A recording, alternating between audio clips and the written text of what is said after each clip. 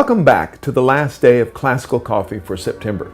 This week we've been exploring the magic of Mozart in anticipation of the concert tomorrow night at the Zeiterion Theater. One of the enduring legacies of Mozart is the sheer quantity of masterpieces he composed in every genre in such a short life. In his last 3 years alone, he composed his last 3 symphonies, all completed within 50 days, 3 operas, 3 piano trios, 2 piano concertos, 2 piano sonatas, 3 string quartets, the clarinet quintet in A, and the clarinet concerto. Wow! No other composer can match such an incredible output of sheer genius in such a short time. The last piece on Saturday's program will be his Symphony No. 41 in C major, often called the Jupiter Symphony. While that term wasn't Mozart's, it certainly describes the power, scope, and majesty of this work. This week, I've quoted Leonard Bernstein a lot in talking about Mozart, and here's one last quote to share. He said, "It is hard to think of another composer who so perfectly marries form and passion." One consistent aspect of Mozart's genius is his ability to reconcile opposites, form and passion, pathos, joy, dark and light. This opposition and reconciliation of disparate expressive elements, a sort of duality of expression, gives his music its incredible power and appeal, and most likely mirrored fundamental aspects of his inner life as well.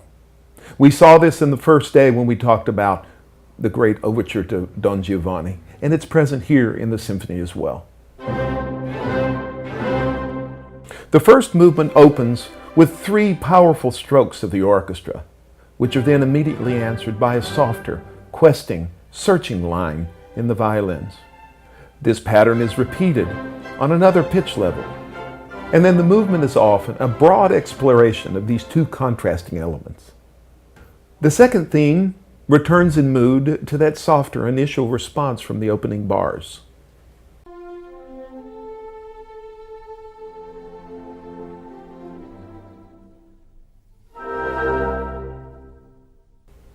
The second movement of this symphony is, for me, one of Mozart's purest creations. Another study in reconciliation. In this case, between the serenity of the opening theme and the stormy, syncopated, contrasting element that follows. The movement follows that same sequence of working out and finally resolving the delicate tensions between these ideas. The third movement returns to the bright and assertive quality of the beginning movement.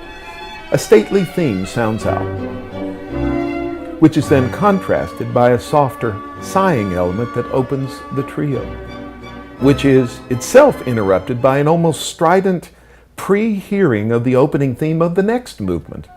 Quite ingenious.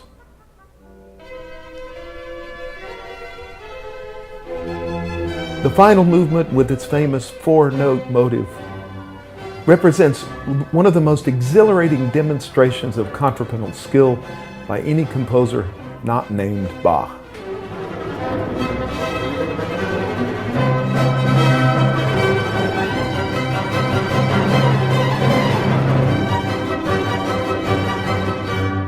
Mozart combines that most intellectual of musical forms, contrapuntal writing, with melodic material of such compelling energy that it seems the movement might explode at any moment. This is Mozart's final expressive duality of opposites, form and passion, reconciled on a huge level. The opening theme, which was hinted at in the previous movement, gives rise to a succession of subsidiary themes, 5 in all, which Mozart treats skillfully in various combinations. But it is in the magnificent coda to this movement where Mozart's stunning contrapuntal mastery is revealed. He takes all 5 themes that he's presented and combines them at the same time in a stunning tour de force of skill.